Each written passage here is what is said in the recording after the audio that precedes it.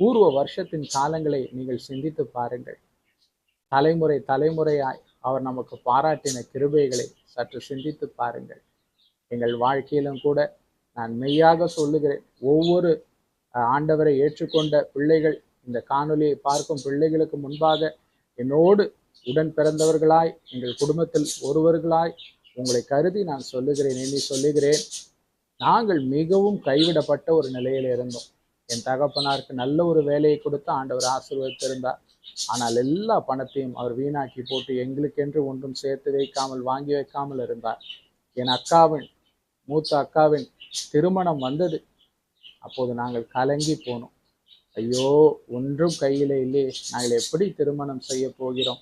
எவ்வளவோ நல்ல ஒரு ஸ்தானத்தில் இருக்க வேண்டிய ஒரு குடும்பத்தை என் தகப்பனார் வீணாக்கி போட்டாரே. இன்று ஒன்றும் ஒரு பிட்டு நகை கிடையாது, ஒரு பிட்டு பைசா கிடையாது, ஒரு சொந்த இருப்பிடம் வீடு கிடையாது, சொந்தமா ஒரு ப்ராப்பர்ட்டி கிடையாது, ஒன்றும் கிடையாது. எதையாவது விற்காது கல்யாணம் பண்ணலானா.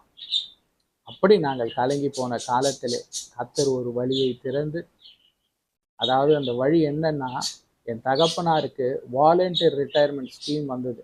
இந்த வாலண்டியர் ரிட்டையர்மெண்ட் ஸ்கீம் மூலமாய் ஒரு செட்டில்மெண்ட்டாக அந்த வேலை செய்திருந்த அந்த வங்கியிலே அவர்கள் சில லட்சங்களை பணமாக கொடுத்தார்கள். அதை வைத்து தான் எங்கள் அக்காவின் திருமணம், எங்களுடைய கல்லூரி படிப்பு எல்லாம் நடந்தது. அது வரைக்கும் எங்களுக்கு there was no hopes. என் தாயார் சின்ன வயசுலேருந்து எங்களை கர்த்தருக்குள்ளாக வளர்த்தார்கள். அவ்விதமாய் கர்த்தர் எங்களை ஒரு வழியை திறந்து ஆசீர்வதித்தார். இது போல ஏராளமான சாட்சிகளை நான் சொல்ல முடியும். கர்த்தர் உங்களை ஆசீர்வதிக்கட்டும். ஆமென்.